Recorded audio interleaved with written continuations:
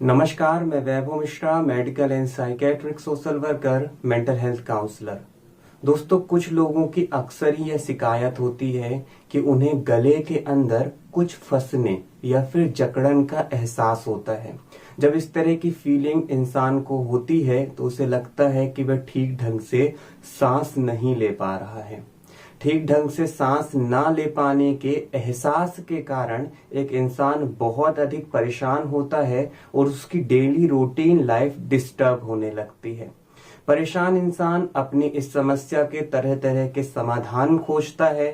कुछ लोग गर्म पानी के गरारे करते हैं तो कई बार मन में यह विचार पैदा होता है कि शायद यह समस्या इसलिए हो रही है क्योंकि मेरे शरीर के अंदर ठंडक ज्यादा बढ़ गई है। इस स्थिति में व्यक्ति लगातार गर्म चीजों को खाने की कोशिश करता है। घरेलू उपचार के माध्यम से समाधान न मिलने की स्थिति में परेशान इंसान डॉक्टरी परामर्श और जांचें भी कराता है। अगर उसमें कुछ भी निकलकर सामने नहीं आता है और लंबे समय तक समाधान के लिए लगातार प्रयास करने के बावजूद भी यह एहसास जाने का नाम नहीं लेता है तो एक इंसान बहुत बुरी तरह परेशान होता है, क्योंकि उसके मन में हमेशा ही यह डर बना रहता है कि कहीं वह अपने काम में जाएगा और उसे अगर गले में कुछ फंसने का एहसास होने लगा और उसे लगा कि वह सांस नहीं ले पा रहा है तो वह अपने काम को कैसे करेगा। हर समय मन में एक चिंता, एक घबराहट सी बनी रहती है कि कहीं किसी परिस्थिति में यह समस्या एकदम से चालू हो गई तो मैं उस कंडीशन का किस तरीके से सामना करूंगा। कुछ लोगों के साथ जब यह समस्या शुरू होती है तो कई बार यह आती है और चली जाती है, तो कुछ लोगों के साथ एक बार शुरू होने पर यह एहसास गले में कुछ फंसने का लंबे समय तक बना रहता है। सांस ना ले पाने का यह एहसास एक इंसान को इतना अधिक परेशान करता है कि वह अपने ध्यान को कहीं भी लगा नहीं पाता है और जिन कामों को वह पहले बड़ी सरलता के साथ कर लेता था, अब उन्हीं कामों को करने में उसे समस्या पैदा होने लगती है।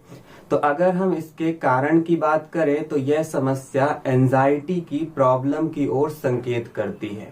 जीवन में तनावपूर्ण परिस्थितियों का सामना करते हुए जब एक इंसान को परफॉर्मेंस का दबाव आता है, जब किसी प्रकार के परिवर्तन को अपनाने के लिए ज्यादा मेहनत करनी पड़ती है, तो उस कंडीशन में स्ट्रेस का लेवल बढ़ता है। उदाहरण के तौर पे मान लीजिए एक इंसान जॉब कर रहा है और उसे हर दिन मेहनत करनी पड़ती है ताकि वह जॉब में अच्छे से परफॉर्म कर सके, तो उसके तनाव का स्तर हाई रहेगा क्योंकि उसे अपने आप को प्रतिदिन साबित करना पड़ रहा है। और इस स्थिति में जब कहीं से अलग से कोई ऐसी परिस्थितियां बन जाती हैं जो कि व्यक्ति के स्ट्रेस के लेवल को बढ़ा देती हैं, तो पहले से तो स्ट्रेस चल ही रहा है और उसके साथ ही साथ कोई नई स्ट्रेसफुल कंडीशन आने पर एंजाइटी का स्तर बहुत अधिक बढ़ जाता है।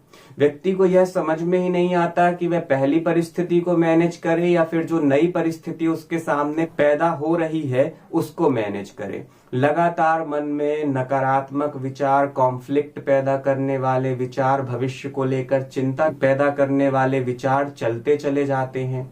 इस स्थिति में एक इंसान अपने आप को रिलैक्स नहीं रख पाता है।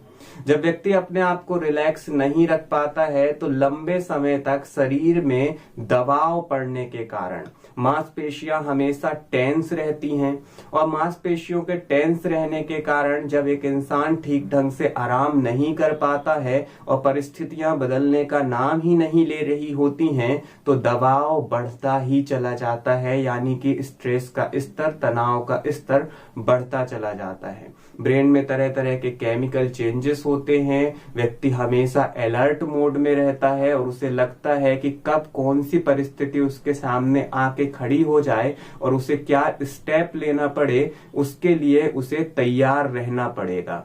इस तरीके से जहां वह पहले थोड़ा रिलैक्स रह पा रहा था, अब नई परिस्थितियों के आने पर वह रिलैक्स नहीं रह पाता है और उसके ऊपर दबाव बढ़ता ही चला जाता है। तो जब यह तनावपूर्ण स्थिति किसी इंसान के साथ लंबे समय तक बनती है तो एंजाइटी का स्तर बहुत अधिक बढ़ जाता है, जिसके कारण व्यक्ति अपने आप को बिल्कुल भी रिलैक्स नहीं रख पाता है और रिलैक्स ना रह पाने की स्थिति में शरीर में तरह तरह के लक्षण नजर आने लगते हैं, जिनमें से एक समस्या सांस ना ले पाने के एहसास के रूप में नजर आती है।